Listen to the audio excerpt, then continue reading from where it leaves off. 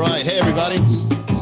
How are you? Welcome to another episode of the Miami Comedy Podcast. I'm Manny Garavito, and I go live every day-ish to talk to the people of Miami and see what's up with you guys. Happy Friday. Oh, everybody's coming in. Sellers, Soldier, Steffi, Libation, Miami, Big Body, and Marty Fergang. Welcome, guys. Welcome to another episode. Today is Friday, May 14th, and I got to admit, I'm feeling pretty healthy, but at what cost? Oh, look at that segue. Look at that segue. Today, we're going to be talking about healthy lifestyles. Would you guys say you're healthy? You look tired. I always look like this. What's up, Mocha? Heroes to comedy in the house in Dania. Heroes to comedy in the house? Are you saying I'm a hero or there are heroes of comedy in Dania? Either way, yes, comedians are somewhat heroes because here I am telling you about health. I'm saving your life. I'm taking into consideration all the things that I've learned trying to eat healthy. I've never been this is the fittest. I'm going to make an announcement right here on this podcast. Manny in 2021 is the fittest he's ever been in his entire life. In my entire life, this is the fittest. This is the best. Sleepy-eyed and I'd say a fit dad bod, right? I don't have because there's different guts. There's different kinds of stomachs out there.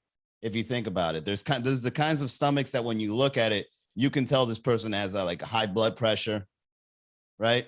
Cholesterol's a little high. There's something about your stomach. Like you can tell people's health just by looking at their stomach. That's just a really good reading on how somebody is taking care of themselves. You just look at their stomach. So my stomach is out, but it's a different kind of stomach. It's not because back in I think the fattest I've ever been was like in 2006 where I was like fat. But it was unhealthy fat. It would just hang over my belt and it would be extra soft. It would be so soft. It's like, you know, if you were like, I guess it's the slapping sounds. I think the sound that your belly makes when you try to slap it, right? So if you were to slap the bottom of my fupa, like it would have like a little clickety clack sound to it. Now, it doesn't hang over my gut right now. It doesn't hang over my belt, but like it's firm. So like if you were to put your hands on my belly, right? If we ever become that intimate, and you put your hands on my belly, you would feel that it's firm. It's like I can't even squish it, right? But for some reason, it's still out. So like I don't know what my genetics has to go through in order for me to get to that next level of fitness where the belly is gone and my six-pack abs that are hidden beneath it just emerge, okay? Because I've been eating healthy. I've been hitting the gym often, but at what cost? I'm bored out of my mind. And you know what's the most disturbing thing about eating healthy? That even if you've done it for a while, your body is still not accustomed to it. Let's get to the comments here. People are moving about. A lot of sex will give you a healthy lifestyle.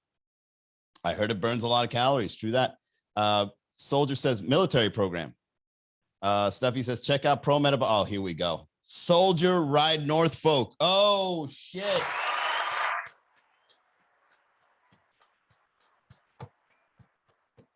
Give a salute to Soldier Ride Norfolk. Thank you for the contribution. The fads and diets have been selling us our short-term solutions with long-term fucked up issues that don't get resolved. Steffi It's Simple is the master of online conspiracies and surface research. Everyone is always grumpy or reserving themselves and eating what they want to eat. You are testing stomachs like fruits. Let me see how it sounds. Yeah, you go up to it and you just, like if you're testing an avocado to see if it's ripe enough, that's how I test bellies. Like, let me see how healthy you are by how squishy your belly is. Needs some work. Squat, it targets to the whole body, including the tummy. Don't knock me out until you check it out, Manny. Look, man, all bodies are different. You don't have the answer, Steffi. You don't have the answers. Kanye West said it best. You don't have the answers. Lilum 20, welcome. So one of the most disturbing things about eating healthy is that your body, and I'm talking for myself, of course, I'm not like Steffi putting you all in a fucking in a category here, but like I've been eating healthy and I'm still bored eating healthy. I mean, I cheat occasionally. Okay, we all cheat, right? When it comes to food, we all got to cheat. We all got to enjoy life. That's one of the benefits of living life, that you get to eat a very buttery croissant, right? You wake up one morning, cup of coffee, croissant's right there waiting for you, right? That's the joy of life. Okay, because as much health that a banana has in it with this potassium or whatever, you still look at that banana and you're like, I know I got to eat that banana, but I don't want to. And then your stomach is like, really? Is that what you're going to eat? You're going to eat a banana? Like, your stomach goes against you when it comes to eating healthy. Your stomach is like, is this what we're going to do now? We're going to be eating bananas? So I don't know what people say, like, I have a gut feeling, and they think that's the correct feeling. Like, oh, I go with my gut. Are you sure? Look down. Look down at your gut and tell me if you're going to go with your quote unquote gut feeling, because it looks like your gut doesn't have your best intentions in mind. All right. Your gut will go against you. ASAP from DC Improv. Oh shit. We got a DC comedian. What's up? I actually performed at the DC Improv one time. Martin Amini, shout out, gave me some stage time on his show. And I had a lot of fun, man. The DC crowds are dope. Tim White, Armored Service, Arts Partnership Program Coordinator. Oh shit, I'm getting a booking. Yeah, let's do that booking, Tim, for sure. Slide in my DMs with that right there, because I can't. Well, maybe if I snapshot it. Let me see. There we go. All right, I got you, bro. I'll hit you up. All right, so I don't know, man. I'm really believing that when it comes to eating healthy, there's a lot of difficulty involved, especially when you hang out with certain people that don't agree with your new healthy lifestyle. I think I think it's safe to say, I'm going to pull a Steffi here and say it's safe to say the majority of people have gone through a healthy, quote unquote, attempt, right? Where you get like really motivated and you go out of Whole Foods, you buy a whole bunch of organic shit, and then you come home and eating healthy on the first day is really easy, but it's the day after that's like, oh God, not this again, right? Like, you'd buy a whole bunch of fruits and veggies, right? You buy asparagus, you buy potatoes, all organic, and then you have a nice asparagus potato dinner, right? And you're saying, no, can't eat ice cream after this. No, can't put too much sugar in my coffee. No, right? No, I'm healthy now. And then you eat that asparagus and you're like, do I have a six-pack abs? Do I have six-pack abs yet? Where are they? And then you wake up the next morning, you spent all your money on Whole Foods, and then you open up the fridge and you see nothing but organic fruits and vegetables. And you're like, I'm about to lose weight because I'm broke and I don't want to eat none of this shit. That's how if you really want to lose weight, do the Manny Garavito diet. Do the Manny Garavito diet, where you spend your entire your entire month of food budget on fruits and vegetables, all organic. You just deplete your entire budget. And then you're so broke, you can't go out to eat. And so all you got is this organic shit. The Manny Garavito diet. Hey, you know what? I'm going to patent that. That's the Manny Garavito diet. From now on, I've tried keto. I've tried vegan. I've tried vegetarian. I tried Atkins. None of it works. Have you tried the Manny Garavito diet? Well, what's that? That's when you spend all your money with fruits and vegetables, and then you don't have enough money for anything else. You're bound to lose weight. As a matter of fact, money is what makes you unhealthy. Let's go ahead and say it right here on the podcast. Let's announce it. Money makes you unhealthy. What's up, Ab? Hey, look, Abnormal is on. What are the odds? We're talking about how abnormal it is to have abs. Oh!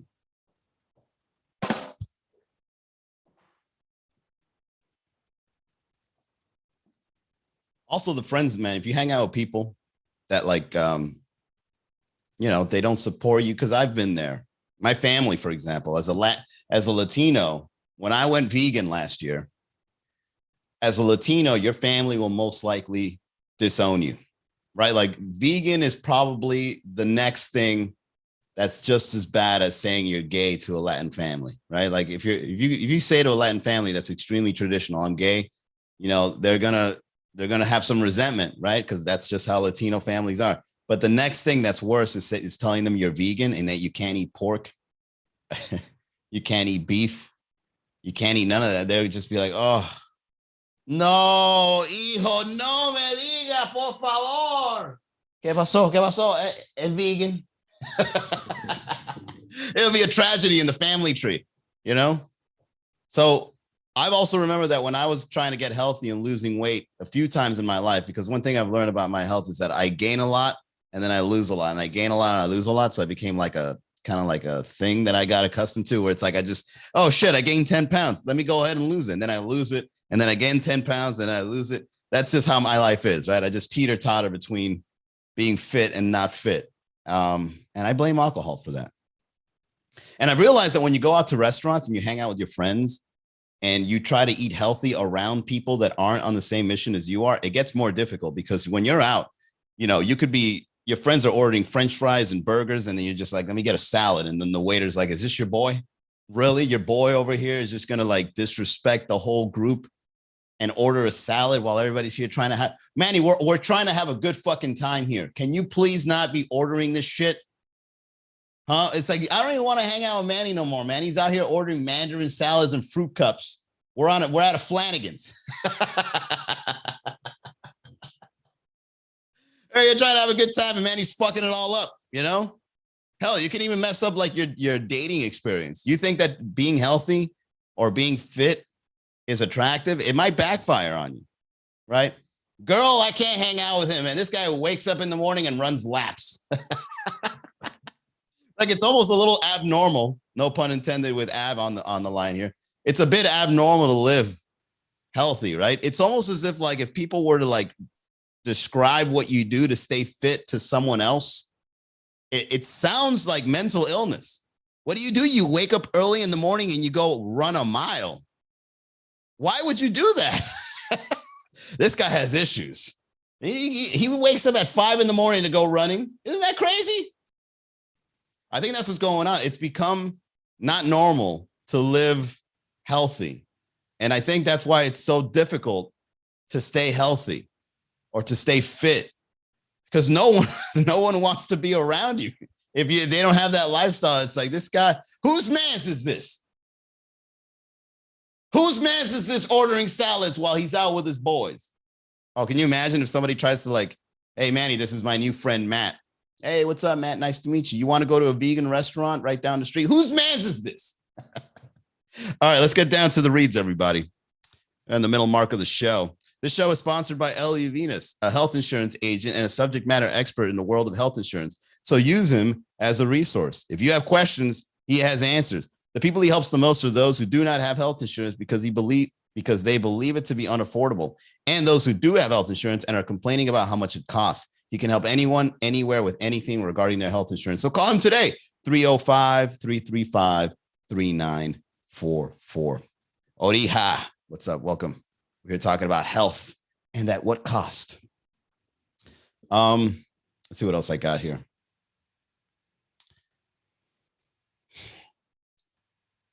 You guys ever ordered a cauliflower steak? Let me talk about this experience. I think vegans are trying to be meat eaters because of the food options that they give, because vegans should come up with their own selection of food. When you go vegan, you got to eat vegan food. Once you start making like fake hot dogs and fake steaks, or you try to turn a cauliflower into a steak, you're just making it worse for yourself, because to call something cauliflower steak is an abomination. Okay, it's either you're eating cauliflower, but don't lie to yourself by saying it's a steak, because then while you're eating a quote unquote cauliflower steak, you're going to be thinking, I'd rather have a steak than this shit. But then again, when you switch from veganism to eating meat again, it's almost like a relief. Like, oh my God, the steak is amazing. That's one of the biggest benefits of being a vegan. When you go back to eating meat, meat is much more delicious. Mark my words. If you guys ever go vegan, experiment. Go vegan for like a week and then eat a steak on a Friday. That is the most delicious steak you'll ever have in your fucking life. Okay? Even if a vegan were to go to jail and they were to say, what do you want it to be your last meal? Okay? What do you want your last meal to be? They're going to be like, I want a fucking steak. They're not going to ask for cauliflower steak. There's no way your last meal is going to be a vegan meal. You're going to make death worse. I don't think any vegan will ever order vegan food to be their last meal. And that's probably the biggest secret that a vegan might keep.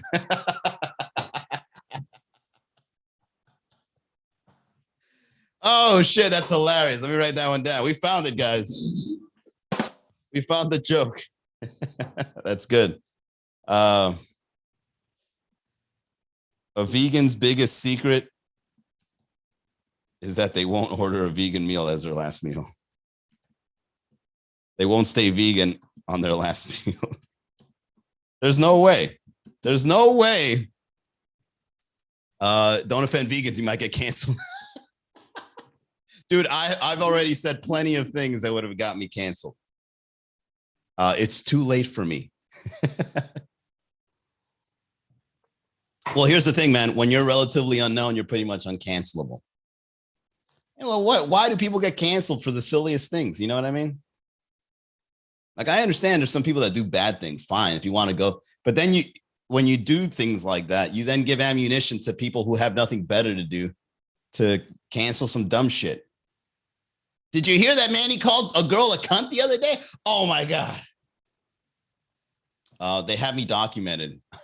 By the way, if you guys want to see something I can get canceled for, go on Amazon Prime, look up Respect the Light, and watch episode 1. Still getting away with it. No, I think you only get canceled if you live a bad life, man. My intentions are good, you know? Ray says, cheers. Thank you, Ray. Any tips on joke writing?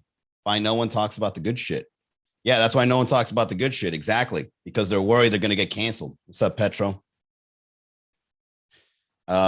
When you speak your mind and people don't agree with you, they're gonna jot it down. They're gonna record it. They're gonna try to use it against you. But they don't realize that people change. I'm going through changes. Oh, that's pretty good. I kind of hit it. So all right, to get back on point, guys. But Ray, just to fill in on what you're asking here. So any tips on joke writing? Go live and just speak your mind for as long as you can. The joke will eventually come. 30 minutes in, I got one joke. Fuck it.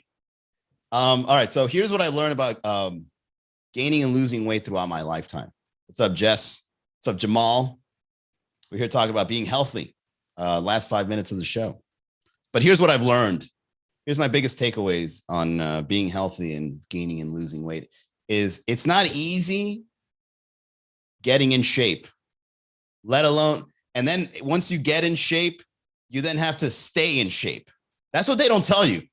Get in shape. All right, I'm in shape. Now stay in shape.